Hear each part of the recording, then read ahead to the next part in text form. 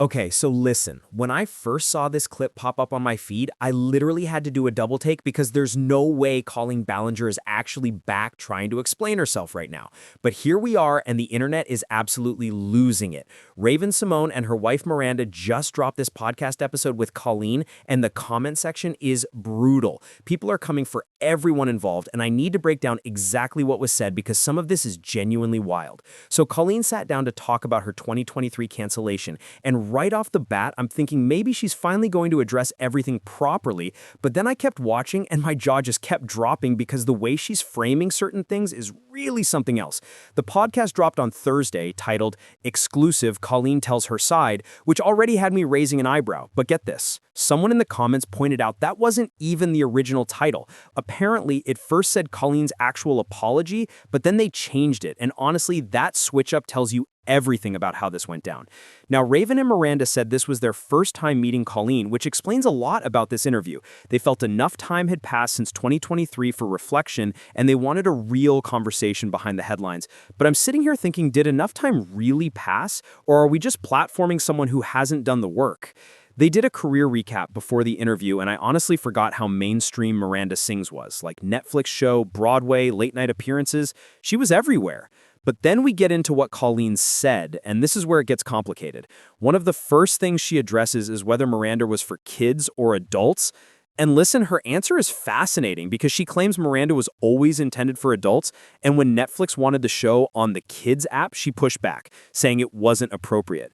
But here's my question. We all remember what her content looked like and who was watching it, right? Colleen admits she knew kids were watching and her audience was getting younger, but says she didn't really adjust her comedy. And I'm thinking, okay, so you knew kids were there, but didn't change how you interacted or what content you made?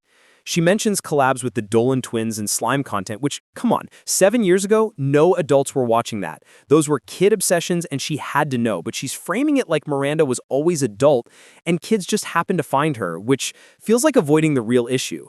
The truth is, her content was adult humor packaged to appeal to children, doing childlike activities while speaking inappropriately, and that's exactly the problem. But she doesn't fully own it. Then she talks about parasocial relationships and power dynamics, admits she didn't think about that at the time and interacted with fans like friends, which, okay, I understand not realizing implications back then, but that's why people are upset. When you're a creator with that following, you have responsibility to understand the dynamic, especially with minors. Colleen said she should have been careful, but follows it by saying she thought of fans as friends and sisters, which is the problem. You can't acknowledge the power dynamic existed that also claim you were just being friendly because those fans saw you as a huge celebrity they admired, creating an inherently unequal relationship. She's disappointed in herself and just wanted fans to like her, which feels like shifting blame to being naive rather than taking real accountability. Now here's where it gets intense. Raven straight up asks about the grooming allegations, and this topic clearly hits Colleen hard because she says that accusation devastated her and made her shut down completely. She claims her intentions were never to manipulate or groom anyone, and these are serious accusations. But here's the thing. She keeps focusing on her intentions not being harmful, but even says just because intentions weren't bad doesn't mean people weren't hurt, and that's what she wishes she'd paid attention to. The conversation becomes about intentions versus impact, and while it's fair to say she never intended harm, impact is what matters, and she struggles with centering the experiences of affected people rather than defending her intentions.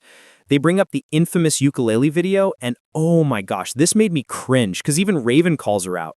Colleen admits it was embarrassing and shouldn't have been posted, and when Raven tells her people want an apology, Colleen says she's sorry but admits she didn't actually apologize in that video, which we knew, but hearing her confirm it hits different. Raven points out the video felt angry and fed up, and Colleen agrees, which is exactly why it rubbed everyone wrong. Instead of accountability, she made this sarcastic musical number mocking the situation.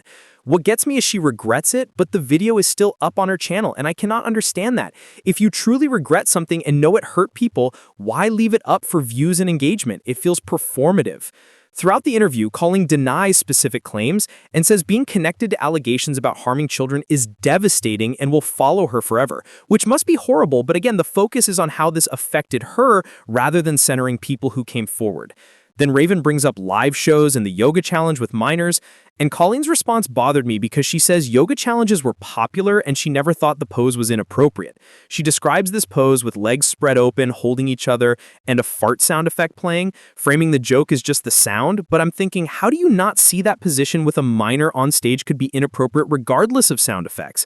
She says hearing this traumatize someone made her feel horrible, but it's this pattern of I didn't know versus I should have known better, because this clearly crossed a line. She says she's proud of people coming forward and kids need to speak up, but commenters make a good point. If she's so proud, why hasn't she reached out directly to apologize? She's saying sorry on this podcast when prompted, but hasn't DM'd these people or made direct amends, which feels like missing accountability. Later, she addresses sending lingerie to a fan, calling herself an idiot, which, okay, at least admits it was messed up. She explains during a charity stream this underwear set showed up she didn't order, and people asked for it, and she was hesitant, but sent it months later as an inside joke. She admits it was inappropriate, but frames it as everyone will know it's a joke, which shows not fully grasping why these actions were problematic. It doesn't matter if it was a joke, sending lingerie to a minor is objectively wrong, and needing months before thinking maybe not is concerning.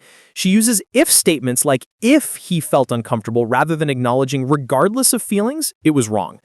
They ask about JoJo Siwa because people questioned why an adult woman was besties with an 11-year-old, and Colleen says she met JoJo and her mom and they became friends, but frames it as family-oriented.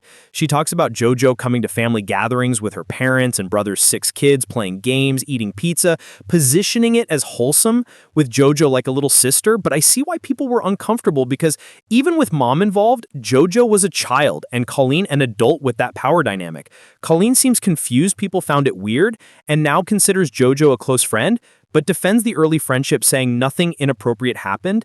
And honestly, this might be where Colleen's intentions were fine, but she doesn't understand why optics were problematic. At the end, she summarizes saying she should have known better, and though intentions weren't negative, she's glad people called out behavior because it needed to happen. But again, if she felt that way, she'd reach out directly to people who shared stories instead of this podcast controlling the narrative. Comments are dragging Raven and Miranda for platforming Colleen, saying they let her rewrite history, especially about Miranda and her audience, and I see their point because some explanations felt minimizing or framing things better. What's interesting is they asked about what's next, and she didn't discuss it, but said check Instagram, which makes me wonder if this interview was strategic timing to rehabilitate her image before launching something new. Based on comments, that strategy failed because people aren't buying it and making clear they don't think she's taken accountability. Here's my honest take. I think Colleen is doing what many do when called out, acknowledging mistakes without fully understanding why they were harmful or doing the work to make amends. She says right words about regret and wishing she knew better, but there's disconnect between saying and doing, like keeping the ukulele video up or not reaching out to hurt people or framing through intentions rather than impact. I think it's possible she didn't understand power dynamics then and probably feels bad about hurting people, but feeling bad isn't the same as taking full accountability and making things right. The pattern is explaining why she did things or what she thought rather than centering affected people's experiences, and that's what people notice in comments. I also think Raven and Miranda maybe didn't have enough background to push back on explanations because moments existed for harder questions but didn't happen. I get wanting conversation over confrontation, but sometimes you need to challenge narrative when someone is minimizing harm. Reality is Colleen had a platform reaching millions of young people, and with that came responsibility to protect them and be mindful of power she held. And based on everything she's admitted, she failed that responsibility multiple times. Whether intentions were good or bad almost doesn't matter because impact was young people in uncomfortable situations with experiences they've described as traumatizing, and that should be centered. For many, this interview confirmed what they suspected. Colleen wants to move past this and return to career without doing deep, uncomfortable work of making amends. And that's why people are frustrated. If she'd reached out privately to hurt people, taken down the ukulele video, donated to organizations helping young people with inappropriate online interactions, shown through actions, not words, she understands the gravity of what happened, then maybe this would have landed differently. But it feels like damage control, not genuine accountability. At the end of the day, this is a cautionary tale about parasocial relationships and power dynamics and responsibility with influence over young people, and I hope other creators pay attention and learn from these mistakes because this is what can happen without proper boundaries and critical thinking about the impact of actions. So that's my full breakdown of everything Colleen said and why people are reacting this way. I want to know what you think because this is definitely complex with layers. Do you think she's genuinely trying for accountability, or does this feel performative? Should Raven and Miranda have had her on, or are people right being upset about platforming? Let me know thoughts in comments because I genuinely want different perspectives.